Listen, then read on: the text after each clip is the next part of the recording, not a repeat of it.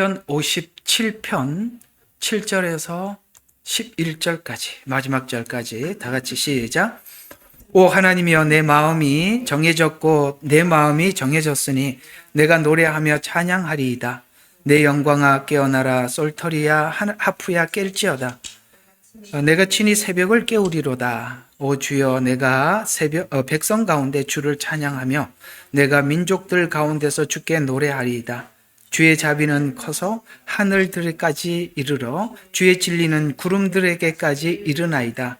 오 하나님이여, 하늘들 위에 높임을 받으시며 주의 영광이 모든 땅 위에 있게 하소서. 아멘. 이 웅장한 찬양에 대해서 여러분들 가슴으로 느껴본 적이 있으신지는 모르겠습니다. 주의 자비는 커서 하늘에 미치고, 그 다음에 하나님의 인자는 커서 땅에 미치고, 그래서 하프야, 그 다음에 솔터리야 깰지어다. 내가 새벽을 찬양하리로다. 이게 무슨 새벽 예배 이야기가 아니고 새날 이야기입니다. 새로운 날.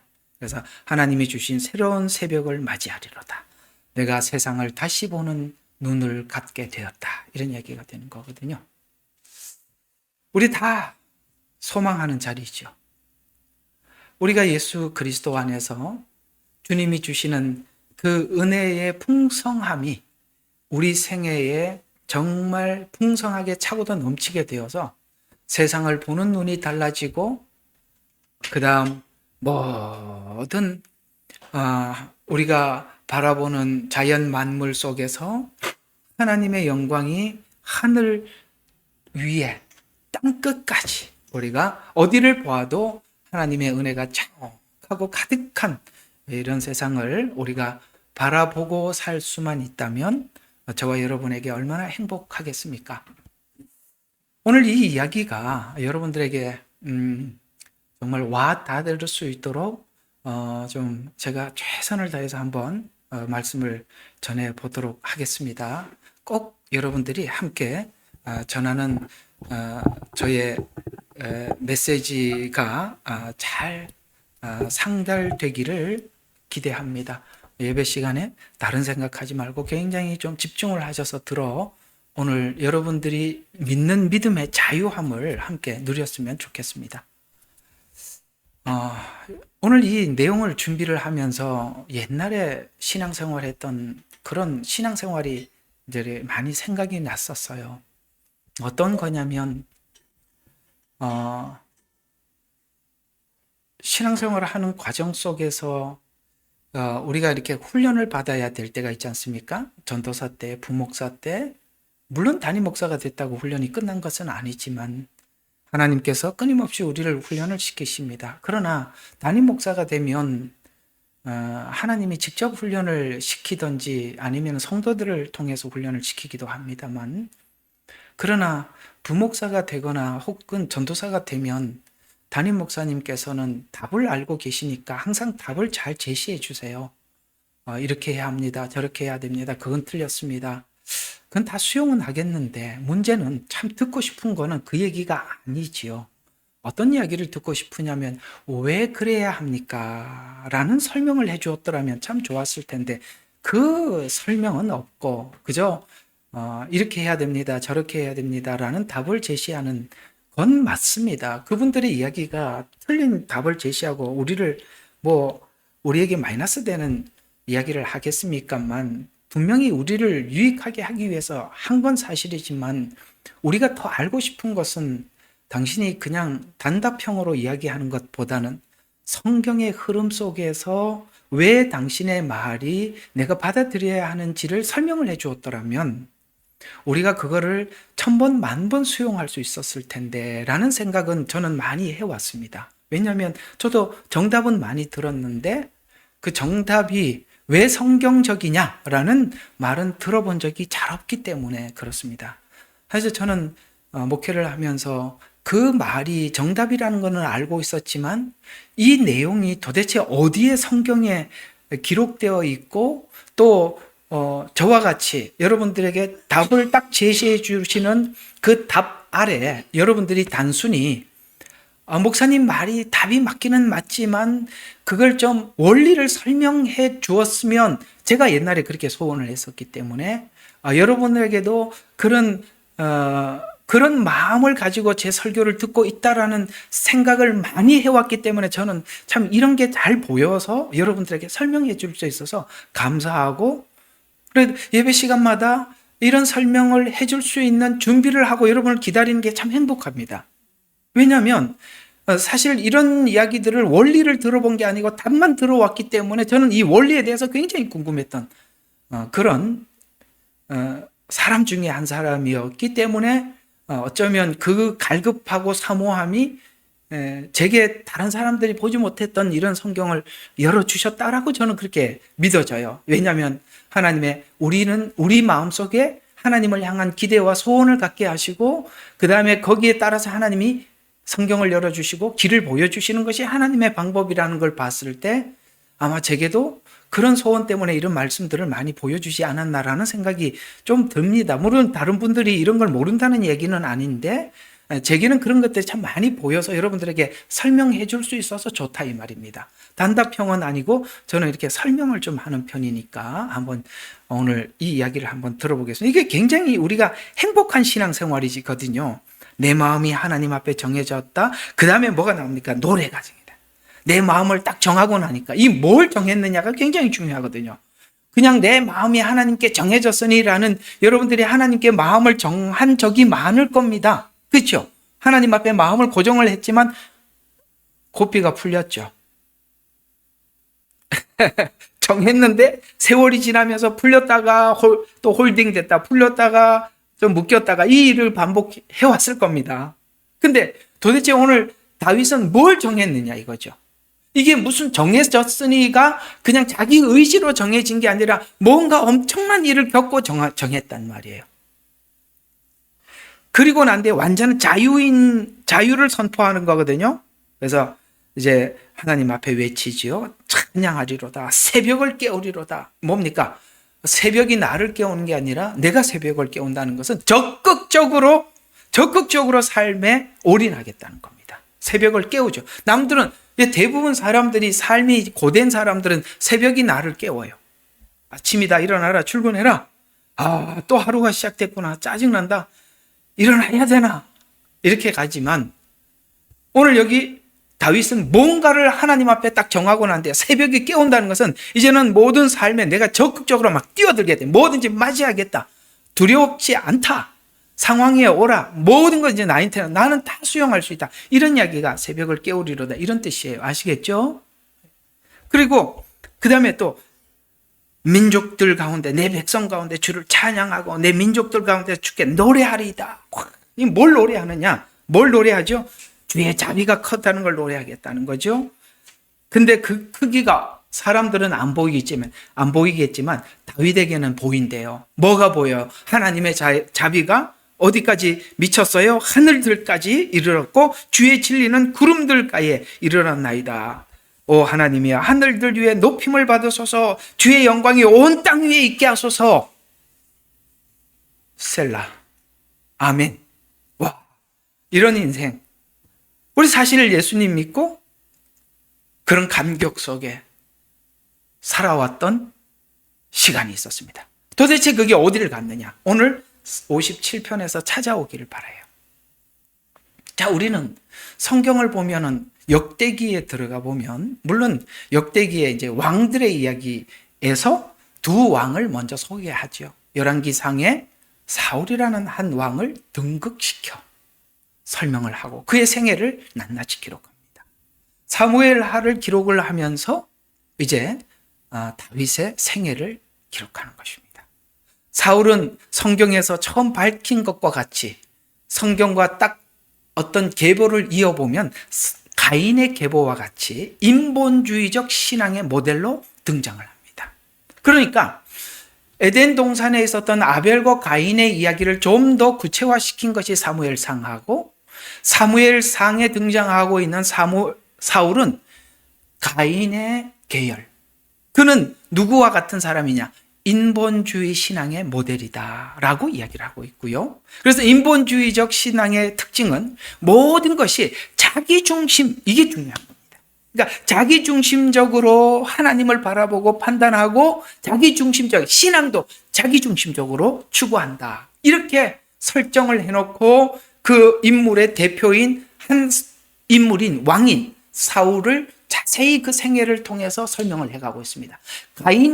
가인은 짧게 그가 아벨을 쳐 죽인 사건을 짧게 지나가지만 이것을 사울이라는 한 인물을 끌고 들어와서 가인이 도대체 누구였느냐를 설명을 해서 조금 더 하나님은 뭘 설명하고 싶은 거냐면 왜 아담이 선악과를 따먹었느냐라는 설명을 더 하고 싶은 겁니다.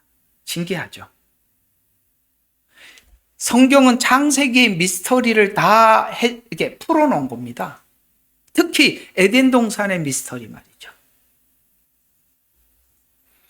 반대로 다윗은 아벨의 계열로 자기중심적인 신앙을 추구하지 않고 신본주의의 모델로 등장을 하게 됩니다.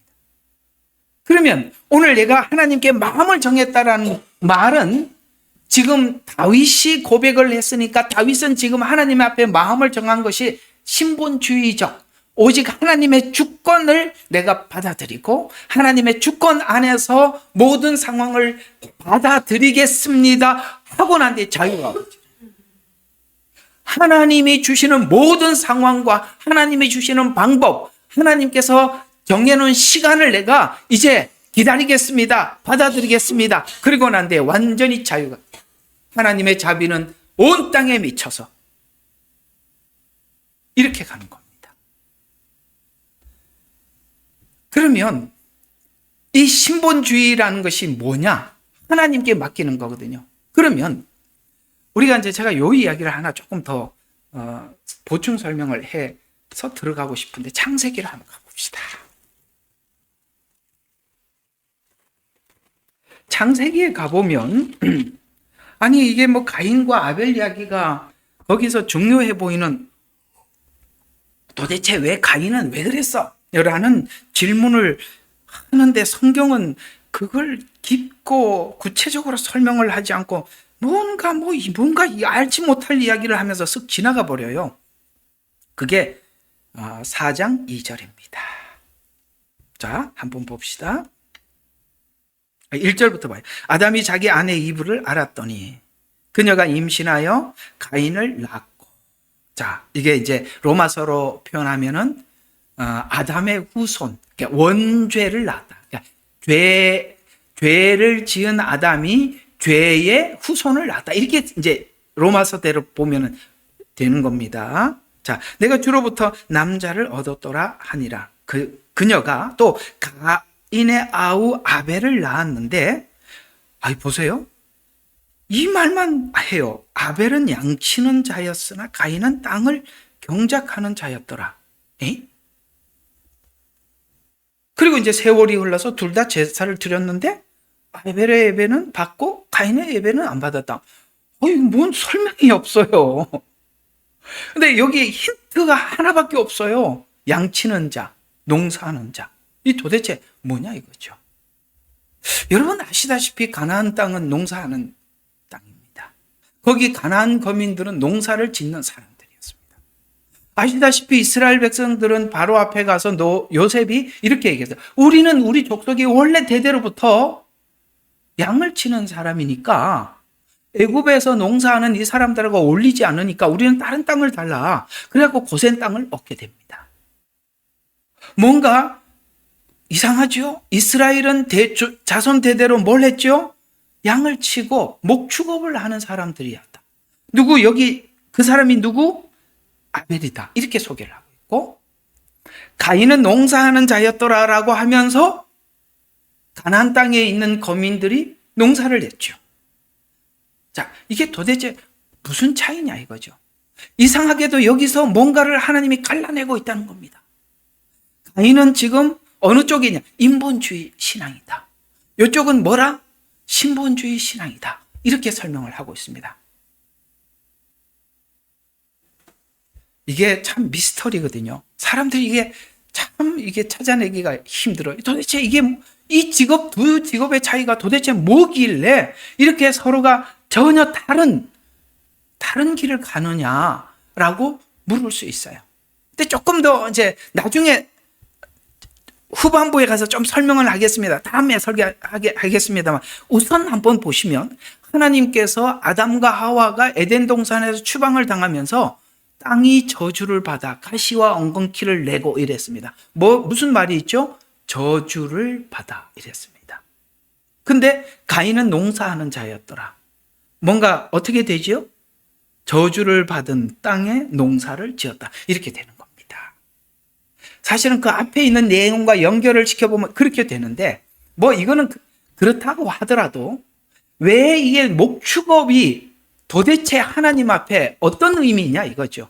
자, 이렇게 하면 농사를 짓는 사람과 그 당시에 지금 우리 여기 호주 사니까 호주를 생각하지 말고 저 중동의 목축업을 생각해요. 이제 중동에 가보고 이스라엘 땅에 가보면 산마다 뭔가 이렇게 막 길이 막 이렇게 막 나 있어요. 막 이렇게 뭔가 이렇게 꼭 하여튼 이렇게 우리 망을 쳐놓으면 이렇게 철망을 쳐놓으면 이렇게 X자로 이렇게 막 쳐놓듯이 그 풀 한 폭이 없는 그 땅에 뭔가 막 길이 나 있어요. 그게 전부 다 뭐냐면은 염소나 양이 지나간 길이에요.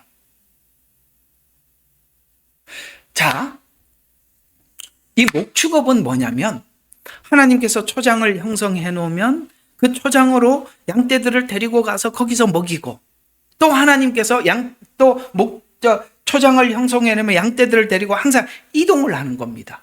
이동형이라는 거예요. 그러나 농사는 어떻습니까? 자기가 땅을 경작을 하고 경작한 땅에 필요에 따라서 햇빛이 와야 되고 그 다음에 햇빛이 계속 내리쬐면 비가 안 오면 또 비를 달라고 또 구해야 되고 또 비가 또 너무 많이 오면 비를 그치게 해달라고 다 누구 중심이죠? 자기 중심이죠. 지금 뭔가 인본주의와 신본주의를 직업이라는 것으로 나누고 있다는 것입니다. 그래서 하나님께서는 이스라엘 백성들에게 지금 가나안 땅에 들어가서 가나안 거민을 본받지 말라는 것은 그들의 신앙을 본받지 말라는 것이기도 하는데 왜 그들의 신앙이 그런 신앙이 될 수밖에 없느냐? 땅을 경작을 하였기 때문에 그들이 늘 자기의 요구에 따라서 신께 구하는 겁니다. 자기들이 원하는 걸 신께 구하는 거예요. 그러나 하나님께서는 이스라엘 백성들에게 처음부터 농사라가 아니라 이 목축업을 가르쳐서 항상 뭡니까? 하나님의 인도함을 따라서 이동하라는 거예요. 이 이야기가 이스라엘이 완전히 하나님 앞에 심판받아 타락해서 심판받을 즈음 하나님께서 예레미야가 왜 너희가 심판을 받아야 하는지를 이스라엘 백성들을 세워놓고 이렇게 교훈을 하고 있는 한 성경이 있습니다. 그게 에레미야서 35장입니다. 한번 보시죠. 에레미야서 35장 10절 어디서부터 보시냐면 16절부터 보시죠. 자, 아닌데요. 자, 5절부터 봐야 되네요. 예. 자, 5절부터 한번 빨리 보겠습니다. 내가 레갑인의 집의 아들들 앞에 포도주로 가득 찬 단지와 잔들을 내놓고 지금 이제 이스라엘 백성들을 보고 막 시험하는 거예요. 야, 레갑 족속들을 딱 불러다 놓고 이 레갑 족속이라고 하면 갈렙의 후손입니다. 갈렙은 원래 그 유대인이 아닙니다. 이방인이었습니다. 그래서 이제 레갑 족속을 앞에다 세워놓고 이렇게 하기입니다. 포도주를 딱 갖다 놓고 가득 찬 단지와 잔들을 내놓고 그들에게 야 포도주를 마시라 이렇게 외쳤습니다. 예레미야가. 그랬더니 그들이 말하기를 우리는 포도주를 마시지 아니하겠노라. 이는 우리 조상 레갑의 아들 요나답이 자기 조상이 있는 그 요나답이 우리에게 말을 하기를 옛날 우리 조상이 그렇게 말했다는 거예요. 너희와 너희 자손들은 영원히 포도주를 마시지 마라. 이거 어디서 나오죠? 하나님께서 이스라엘 백성들 중에서 사사, 특별히 하나님 앞에 선택된 사사들에게 금한 것들이 몇 가지가 있는 것 중에 포도주를 마시지 말라가 있습니다. 이게 무슨 뜻이냐? 포도주를 마시지 말라는 것은 상징적으로 세상의 기쁨을 누리지 말고 하나님이 주시는 기쁨을 누리라, 이런 이야기입니다. 쉽게 말해서 이것이 신약 성경에는 술에 취하지 말고 새 술에 하나님의 성령에 취하라는 이 뜻이에요. 기쁨을 하나님과 교제, 하나님 안에서 누리라는 뜻입니다. 우리가 뭔가 거기서 얻지 못하면 다른 데서 자꾸 얻게 되잖아요. 어쨌든 그런 이야기입니다. 자, 그래서 포도주 머시라니까 싫습니다. 우리 조상 요나답이 그렇게 하지 말라고 그랬습니다. 라고 이야기를 하면서 너희가 타국인으로 있는 땅에서 많은 날들을 살게 하리라. 네가 그걸 하지 않으면, 그래서 7절을 봐요. 뭘 하지 말려면, 자, 그 요나답이 야, 너희들이 앞으로 믿음을 지키려면 꼭 이걸 해야 돼 라고 얘기했던 것들이 뭐예요? 집을 짓지 말고. 여러분, 목축업은 집을 지을 수가 없어요. 맞잖아요. 여러분, 저 보세요. 저 몽골 가보세요. 다 유목민들 아닙니까? 그들이 무슨 집이 있어요? 그래서 딱 때가 되면 또 텐트 들고 가서 또 저쪽에 가서 또 치고 또 텐트 들고 가야 되잖아요. 여러분, 이게 신약에서는 너희가 행인과 나그네라는 거예요. 우리가 천성을 바라보면서 가면 땅에 정착하는 여기에 이렇게 하지 않는다 이 말이에요. 그래서 야, 너희들의 신앙을 잘 지키려면은 꼭 이걸 해야 된다라고 명심했던 게 뭐라고요? 자, 집을 짓지 마라. 씨를 뿌리지 마. 농사하지 말라는 거죠. 놀랍죠? 이게 여기서 답이 나오잖아요. 이스라엘이 지금 가나안 땅에 들어가서 왜 실패했죠?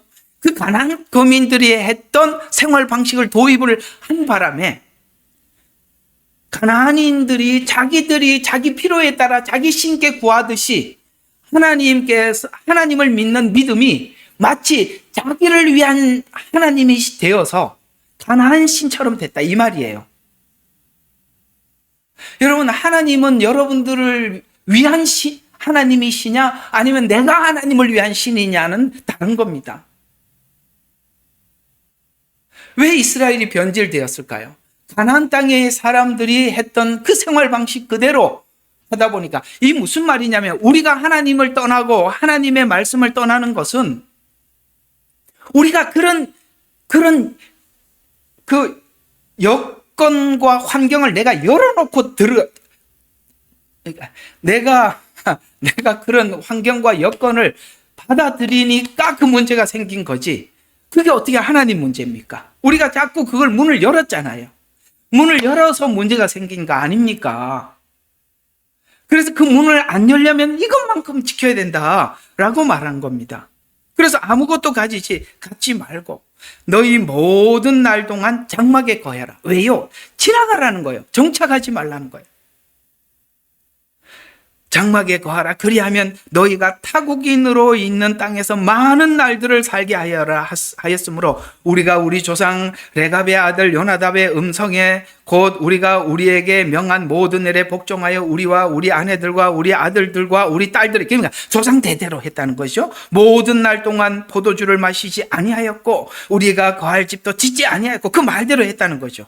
포도원이나 밭이나 씨앗도 갖지 아니하였으며 장막에 거하여 우리 조상 요나답이 우리에게 명한 모든 것을 따라 복종하고 행하였음이라.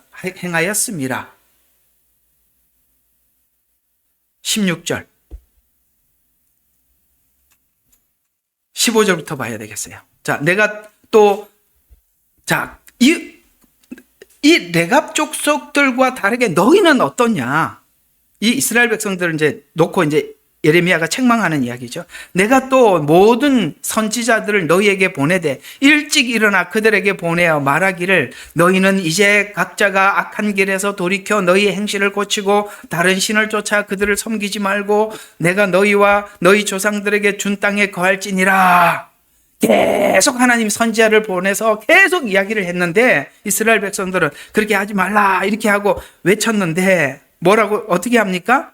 섬기지 말고 너희의 조상들에게 거할지니라 라고 하였으나 너희가 귀를 기울이지 아니하고 내게 경청하지도 아니하고 레갑 아들 요나답의 아들들은 그들의 조상이 그들에게 명령한 그 명령을 실행하였으나 이 백성은 내게 경청하지 아니하였도다. 어디에 문제가 있었다면 하나님이 말을 안 했는 게 아니라 이 말이에요.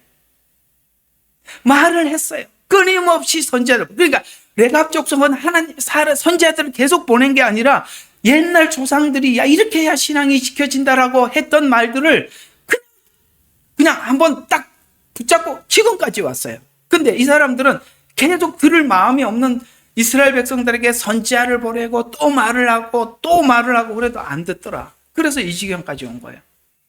여러분 보세요. 누구 책임이에요? 하나님 책임이에요? 예, 말해도 듣지 않는 이스라엘의 우리 책임이라고 그렇게 이야기를 하고 있는 것입니다. 다시 우리 에덴 동산 여기 가인과 아벨 이야기로 돌아가서 보면 농사하는 자, 그 다음에 양을 치는 자의 차이는 뭔지 이제 감이 오십니까? 이건 우리가 하나님 앞에 죄의 통로를 열어놓고 받아들이는 거예요. 뻔히 이 길로 가면 안 되는 거 알면서 가서 나중에 하나님 왜 그러세요? 이러고 앉아있다는 거예요. 여러분 설교를 통해서 전부 이야기했을 겁니다. 저는 여러분들 각자가 가지고 있는 문제가 뭔지는 다 모르나 제가 설교하면서 하나님이 왜 제게 이런 말을 하게 하는지 아마 각자가 여러분이 잘 알 겁니다. 우리 각자에게 여러분에게 주시는 메시지가 있을 겁니다. 그러면 그걸 받고 잊어버리면 그걸 붙잡아야 된단 말이에요. 살아야 된단 말이에요. 근데 오늘 여기 하나님께서는 말을 안 한 게 아니에요.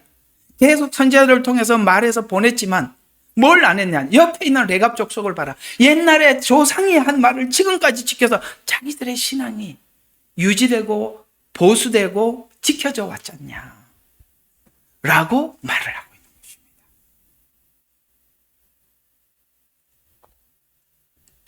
성경이 죄의 시작이 인본주의자들의 신앙을 가진 자들로부터 시작이 된다고 말하고 있습니다. 자, 이것이 지금 아벨과 가인 이야기 앞에 아담 이야기가 있는데 아담은 왜 사단으로부터 공격을 받았을까? 에덴 동산의 아담과 하와의 넘어짐을 통해서 확인하는데 왜 아담이 넘어졌을까? 그는 인본주의적이고 자기 신앙 중심적이었기 때문에 아벨과 가인의 사건을 통해서 다시 한번 확인시켜 준 겁니다. 아담이 왜 죄를 지었느냐? 아벨과 같았기 때문에, 그러니까 가인과 같았기 때문에. 자기 중심적. 사단이 와서 이야기한 게 뭐냐면 이거 하나님 먹지 말라고 하더냐. 그러면 그게 하나님 중심적이었더라면 먹지 말라고 했다. 무슨 소리 하냐. 하나님 먹지 말라는 말이에요. 만고불변의 진리다. 이렇게 얘기하고 물리쳤었어야죠. 근데 왜 그 이야기를 받아들이고 대화를 이끌어가고 좀 더 접근을 하죠? 그건 뭐예요? 우리 마음속에 인본주의적인 사고적 신앙을 가지게 되면 사단에 늘 타겟이 되고 공격이 되고 그거를 사단이 내버려 두지 않고 언젠가는 그 문제를 안고 넘어서서 오늘 아담을 넘어뜨린 것처럼 우리를 넘어뜨린다는 겁니다. 먹지 말라 한 것은 사단이 지금 이렇게 계속 이야기를 이어가는 이유는 이 먹지 말라라고 한 그 하나님의 먹지 말라는 너를 위한 것이 아니다. 왜요? 나중에 알았잖아요. 아담아 왜 먹었느냐라고 했을 때 당신이 준 하와, 당신이 준 뱀. 이게 누구에게 돌아가고 있습니까? 그렇습니다. 하나님께 돌아가고 있다는 것입니다. 하나님의 불평등에 대해서 불만을 갖고 있는 겁니다.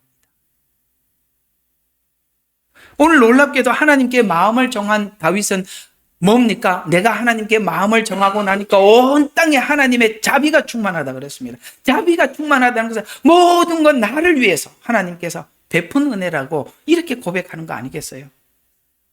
우리는 왜 불만이에요? 하나님 왜 이런 환경을 주셨어요?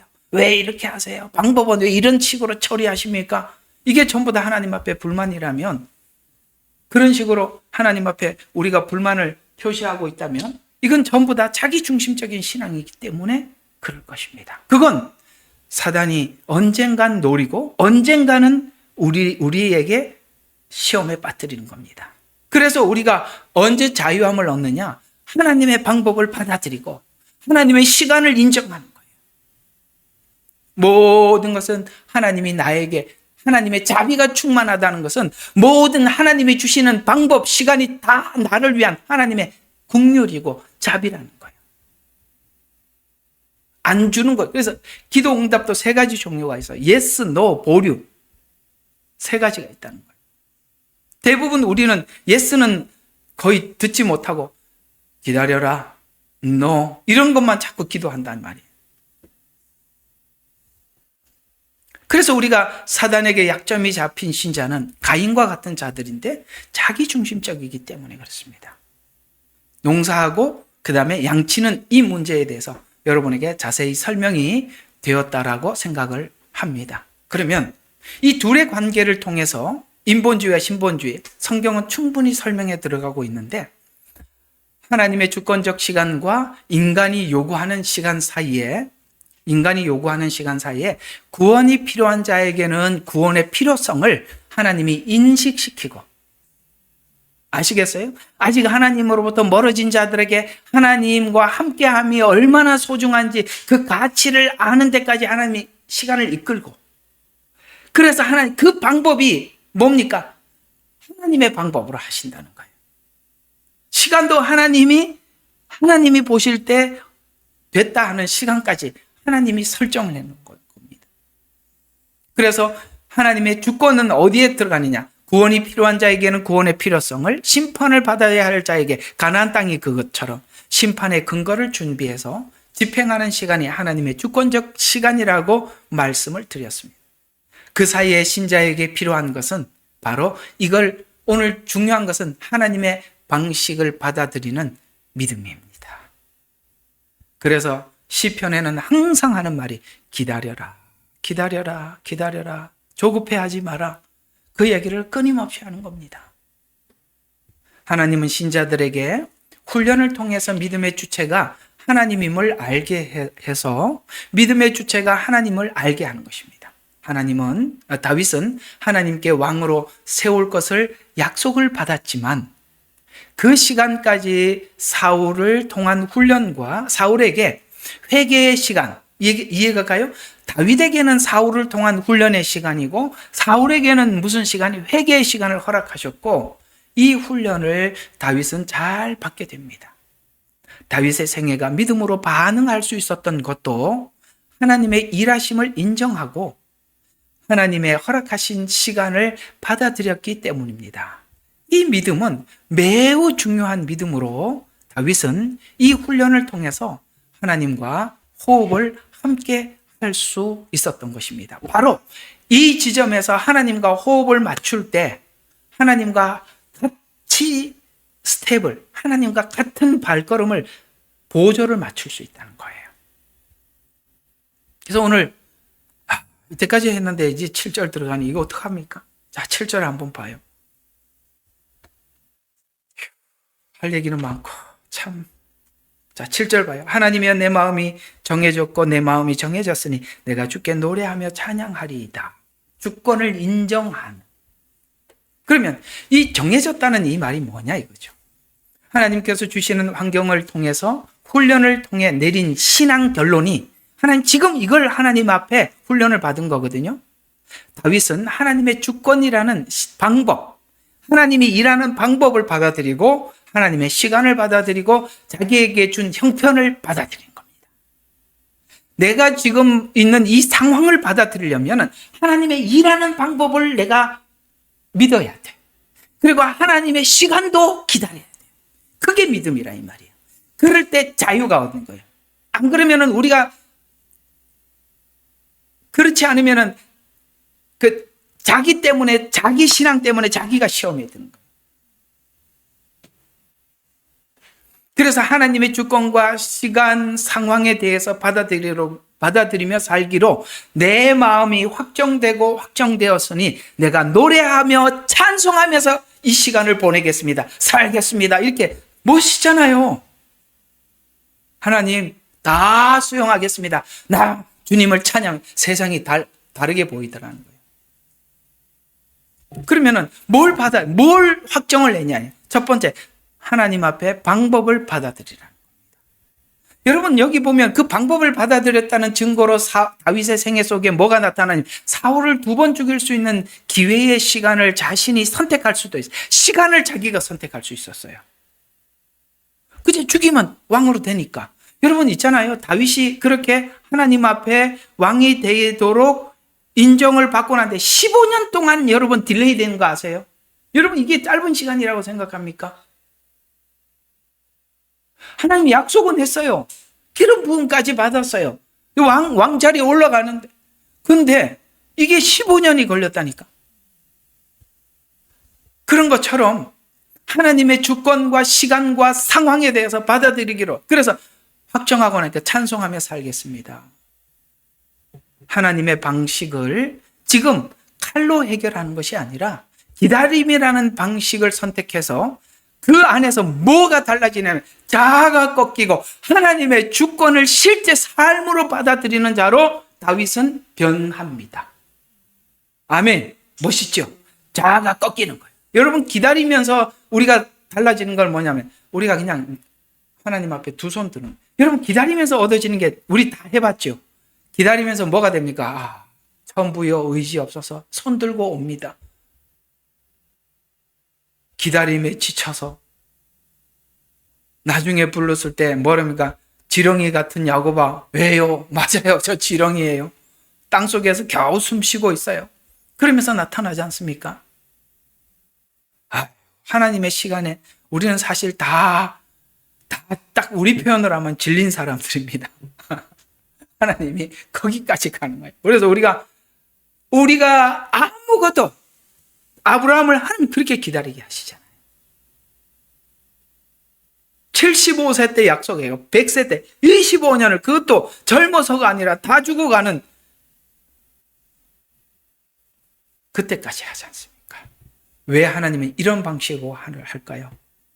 여러분, 이렇게 보면 참 이렇게, 물론 뭐 하나님 그런 것도 쓰시겠지만 목회를 굉장히 철저하게 기획적으로 하는 분이 계세요. 잘해요. 아주 경영학적으로 명확합니다. 근데 그것이 하나님이 하신 건가에 대해서는 알 수 없는 겁니다. 하나님의 방법은 들쑥날쑥하고, 여기다가 생명을 걸 것 같은데 아니야, 저쪽으로 가. 참, 하나님은요, 여기다가 기반을 다 준비해 놓으면 이제 여기가 좋사오니 그러면은 가자 그래. 누가 그걸 수용하고 받아들이겠어요? 다윗이 그게 된 겁니다. 자유인이 된 거예요. 시간에서 기다리라는 것을 수용합니다. 하나님의 시간의 기다림은 지체하는 시간이 아니라는 거예요. 우리는 자꾸 지체하는 거예요. 그러나 준비하는 시간입니다. 기름을 붓고 왕이 되기까지 15년 광야 훈련이 필요했고, 정말 훈련이 필요해요. 이 훈련 없이 서는 것처럼 불안한 게 없는 거예요. 정말 위태위태. 아니, 5살배기 앞에 세워놓고, 목사라고 세워놓고 성도들이 발발 떠는 거예요. 혹시나 실수하지 않을까? 저는 2가지 유형의 교회를 많이 봐왔습니다. 성도들이 목사를 케어하는 교회가 있어요. 행복한 목사입니다. 자기는 몰라. 성도들이 얼마나 돌보고 있는지. 성도들이 내려와서 그래, 우리 목사님 실수할까 봐 조마조마하대. 그래가지고 음으로 양으로 보이지 않게 뭡니까? 가이드도 해주고 친절하게. 근데 몰라. 참 희한한 교회예요. 그렇게도 교회를 하시더라. 신기하더라. 어떤 교회는 담임 목사가 성도들을 훈련시키는 교회도 있어요. 그 우리가 생각할 때 상식적으로 그렇다고 생각하지만 반대도 있다라는 거예요. 신기하죠. 이상하게 목사를 교육시키는 성도들은 리더로 자라고 있어요. 어린애 하나 키우는 거죠. 하나님의 방법은 가지가지입니다. 시간에서 기다려라. 15년을 광야 훈련을 했고, 이 시간은 왕의 자질에서 마음과 영혼을 가진 자로 만들어지는 시간입니다. 이와 같이 신앙 성숙은 하나님의 때를 받아들일 때 성숙합니다. 하나님은, 제가 저번 시간에 말했죠, 짐승은 먹는 음식으로 훈련합니다. 그렇죠? 뭐 하나 주면 그 뭐 하나 먹으려고 짐승이 얼마나 길을 씁니까? 아주 앞에서 아양을 다 떨고 하나 먹어주면 고마웠고, 그래. 또 그 먹는 거 가지고 훈련을 시키지만 하나님은 우리에게 시간을 통해서 훈련시킨다는 걸 잊지 말으셔야 돼요. 왜요? 네가 주인이 아니다는 거예요. 네가 주인이 아니다는 거예요. 내가 네 시간에 안 맞춘다는 겁니다. 두 번째, 세 번째로 형편과 환경에서 확정했다는 거예요. 형편과 환경을 받아들이겠다는 거예요. 아, 하나님, 아직도 때가 아니군요. 이 형편, 이 상황, 제가 수용하겠습니다. 이게 지금 하나님께 확정했다는 말이에요. 오늘 다윗은 도망자가 되어서 광야에서 때로는 피난처에서 환경을 바꾸어 달라고 기도하기보다는 적응하는 훈련을 선택했습니다. 적응하는 거예요. 적응. 그래서 방법, 시간, 환경을 받아들이는 시간의 훈련을 통해서 확정하죠. 이게 바로 오늘 이야기하고 있는 하나님의 주권을 믿는 믿음을 확정했다는 거죠. 방법을 받아들여서 자기 방식과 자아 중심의 신앙이 꺾이게 되고, 시간을 받아들여서 고난의 시간에 하나님을 찬양하게 되고. 왜요? 내가 지금 하나님 앞에 내 인격이 바뀌고 있잖아요. 환경을 받아들여서 광야 같은 장소가 찬양의 장소로 뒤바뀌는 거예요. 그래, 오늘 막 다윗이 막 노래를 부르는 거예요. 광야에. 누가 보면 미친놈 같아요. 광야 돌아다니면서 맨날 숨어다니면서 불 속에서 예수님 찬양, 예수님 찬양 이러고 앉아있는 거예요. 근데 놀랍게도 이걸 받아들이고 나면 광야 같은 장소가 찬양의 장소가 되고 하나님과 교제의 장소가 되더라는 거예요. 오늘 그 뒤 이야기가 그거잖아요. 솔터리아 깨라 하프야 일어나라, 하나님 찬양하자. 그렇게 나가는 겁니다. 확정했다는 말은 굳게 세워 단단히 고정했다는 뜻으로 반복된 결심을 통해서 확고한 흔들림 없는 태도를 나타내는 고백으로 이제는 자기가 감정이나 환경에 따라서 변하는 신앙이 아닌 하나님께 확정을 하고 나니까 신앙의 중심이 나로부터 하나님께 딱 옮겨지고 나니까 감정, 환경, 상황, 사람에 따라서 내 마음이 왔다 갔다 하지 않아. 맞아요, 안 맞아요? 하나님께 딱 고정을 하고 나면은 감정에 휘둘리지 않잖아요. 누가 뭐라 그래도 뭔 상관이 있냐. 내가 그러잖아요. 무슨 상관이 있냐고. 아니, 화면 켜라고 화장 안 하면 무슨 상관이 있냐고. 아무 상관이 없어. 뭐가 상관이 있어. 못생기든 잘생기든 누구도 아무 상관이, 내가 하나님 앞에 하는데 무슨 소용이. 아니, 다윗이 법궤가 들어올 때 얼마나 기뻤는지 막 뛰니까 하체가 다르고, 이게 그때 원피스를 입었거든요. 그 당시에 여기 유대인들이 입은 옷 보세요. 다 원피스 같은 거잖아요. 그게 높이 뛰어버리면 이렇게 그냥 올라갔다 내려왔다 할 거 아니에요. 미가리 보고 이게 체면 없이 그게 뭐냐고. 기뻐서 어떻게 할 줄은 모르겠는데. 여러분, 이게 바로 여러분이 신앙의 기쁨을 회복하는 겁니다. 하나님 앞에 다 맡기고 올려드리고 그냥 모든 걸 수용하는 거예요. 누구를 만나게 해주든지 수용을 하고 그냥 적응해버리는 거예요. 근데 그게 전부 다 자기 중심이면 누구 좋네, 누구는 싫네, 여기 누구는 이게 마음에 안 드네. 여러분, 혹시 그렇게 어떻게 평생을 그렇게 살겠어요? 예?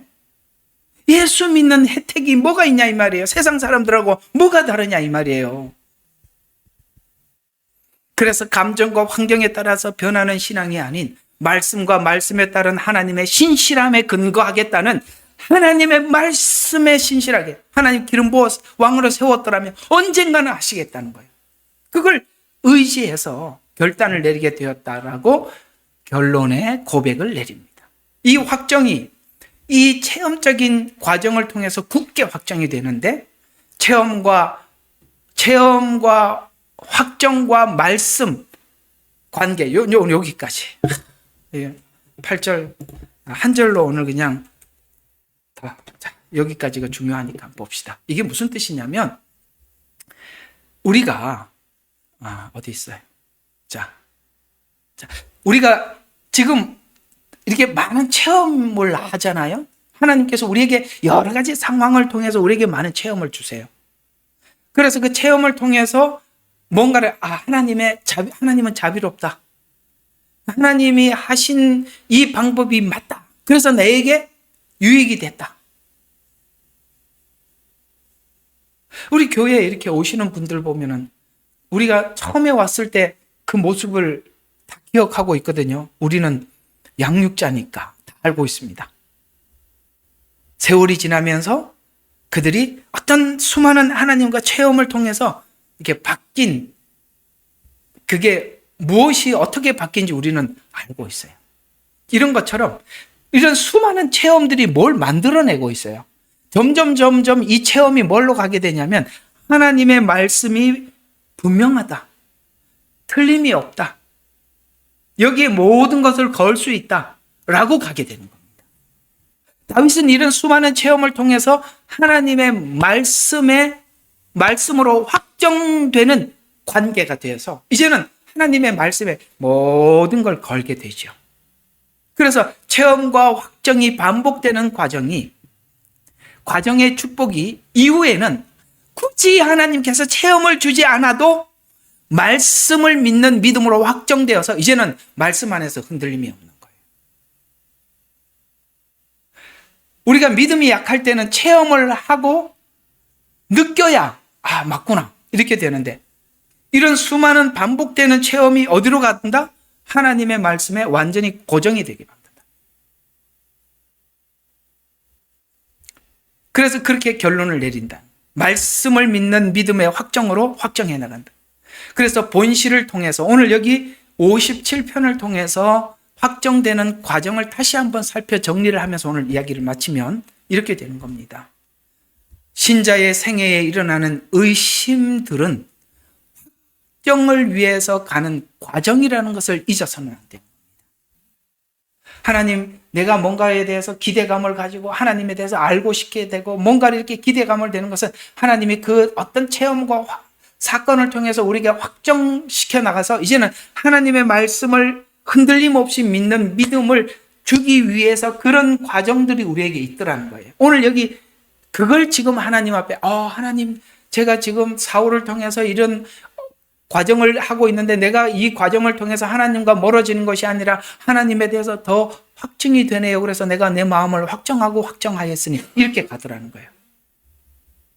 다윗의 이런 수많은 고난과 체험들이 하나님을 확증하는 대로 가게 되더라. 그래서 오늘 여기 57편에 있는 단원들을 1절과 6절, 8절과 11절 사이에 7절이 핵심이에요. 중간에 끼어 있잖아요. 그러면 1절과 6절이 뭐냐? 위기가 무엇인지 처해진 환경을 정확히 관찰하여서 일단은 하나님의 주신 상황을 받아들이라는 거예요. 1절과 6절이 그걸 강조하는 거예요. 상황을 가만히 하나님 관점에서 봐라.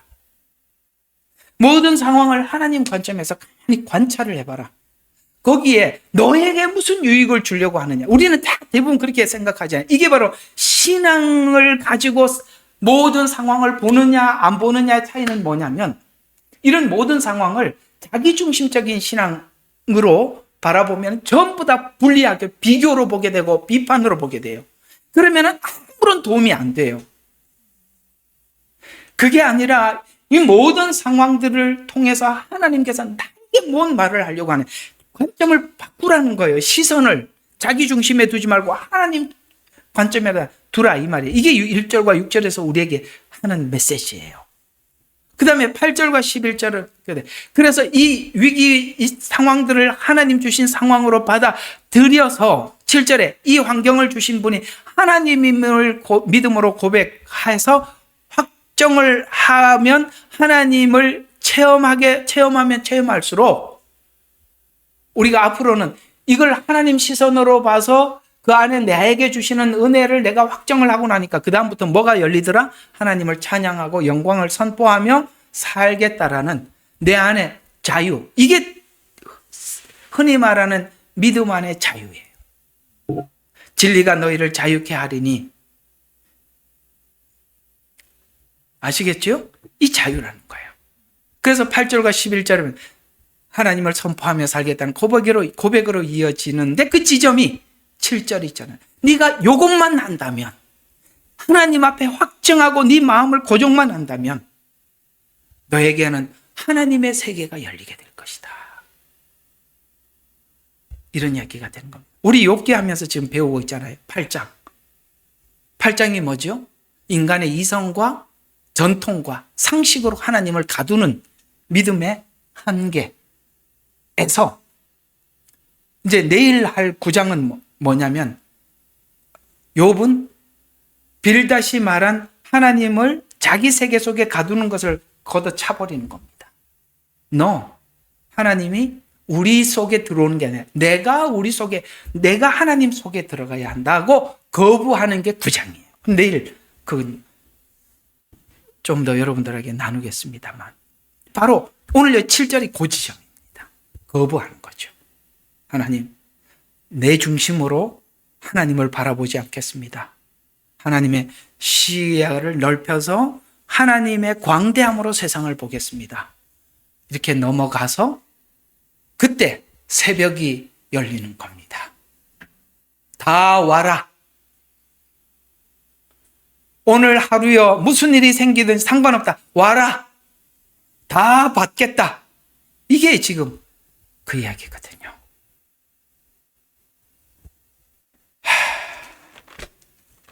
이게 그 훈련이라는 거 빌립보서 이제 마지막 이야기입니다. 항상 제가 이 결론에서 끝나지 않았습니까? 4장 잊지 마세요. 저하고 같이 설교를 들으면 로마서 5장 1절과 5절, 빌립보서 4장 11절, 12절 아주 그냥 달달 외우게 될 겁니다. 자, 11절, 12절 한번 보죠. 내가 궁핍함으로 말하는 것이 아니니 이는 내가 어떤 처지에도 스스로 만족하는 법을 배웠기 때문이라. 뭡니까? 지금 쉽게 말해서 바울도 하나님께 모든 것을 하나님께 만족하는 법을 하나님께 배웠대요. 자유를 얻었다는 거예요. 내가 지금 갇혀서 이런 말을 하는 게 아니에요. 빌립보 감옥에서 지금 병문안 오게 요즘으로 말하면은 이것도 신방인가? 빌립보 교회에서 바울에게 신방을 온 거거든요. 면회. 이건 신방이 아니고 감옥이니까 면회네. 그러네. 면회를 왔는데, 이거 지금 여기다가 먹을 거 갖다 주고, 요즘으로 영치금도 갖다 주고, 이렇게 왔는데, 얼마나 기분 나쁜 이야기를 하는지, 내가 궁핍함으로 말하는 게 아니다. 내가 어떤 처지에도 만족하는 법을 배웠다. 이렇게 말해버리면, 죽은 사람들이 뻥 쪘잖아, 그죠? 먹을 거, 옷도 갖다 주고, 먹을 거, 영지금도 가져왔는데, 나 지금 여기서 다 배웠어. 나 이게 없어도 괜찮아. 나는 내게 주시는 능력 주시는 자 안에서 모든 것을 할 수 있다. 그러니, 이 가져온 사람들이 너무 황당해. 어쨌든 그 얘기에, 그래서 좀 보세요. 스스로 만족하는 법을 배웠기 때문이다. 나는 비전에 처할 줄도 알고, 하나님이 그런 환경에 갔다, 나 괜찮아.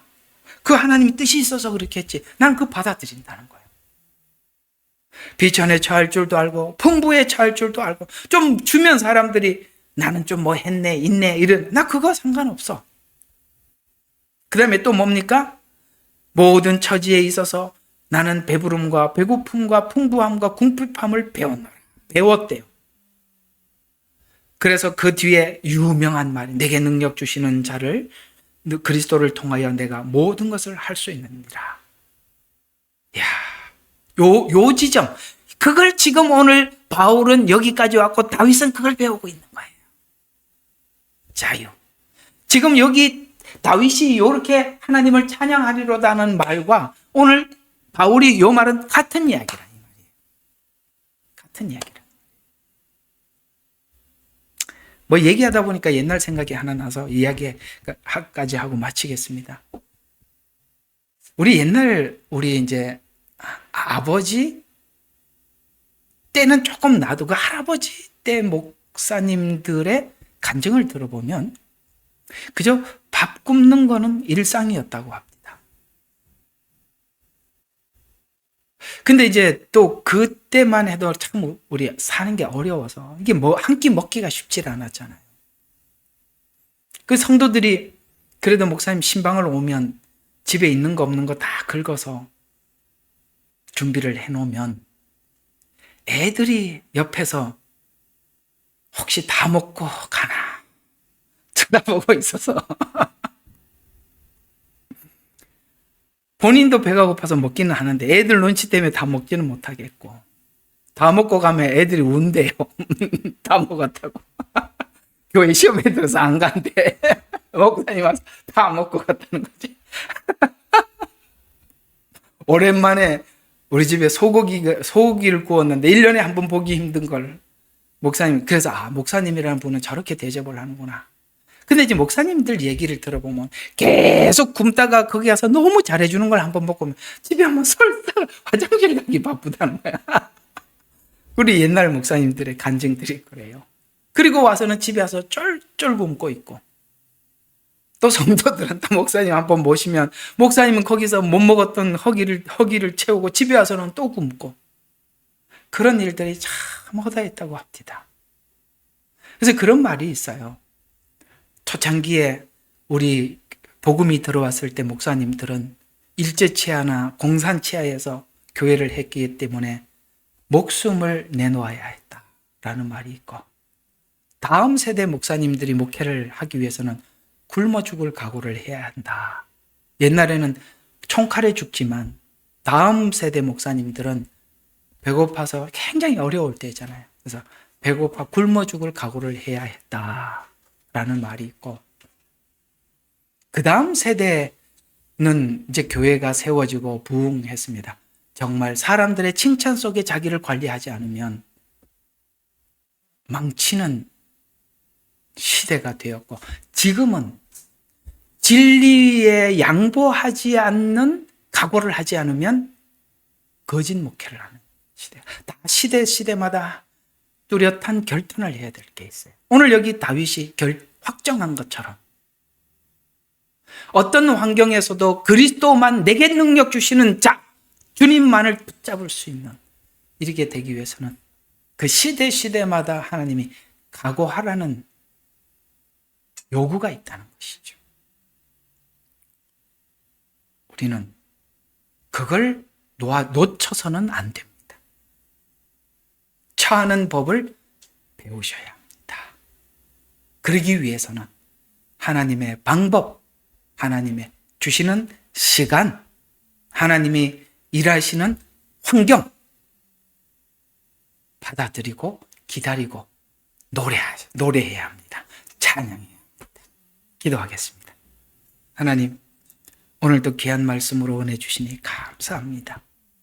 주님, 우리의 시험은 다 자기를 중심으로 하나님을 평가하기 때문인데, 그 중심을 하나님께 옮길 수 있으면 우리는 자유인이 됨을 알면서도 하지 못하는 우리들을 불쌍히 여겨주시고, 아버지 하나님, 우리 모든 것을 하나님께 이양하여 새벽을 깨우고 하나님의 자비를 바라보며 하나님을 노래하며 즐겁게 신앙생활할 수 있는 우리 성도들이 다 되게 축복하옵소서.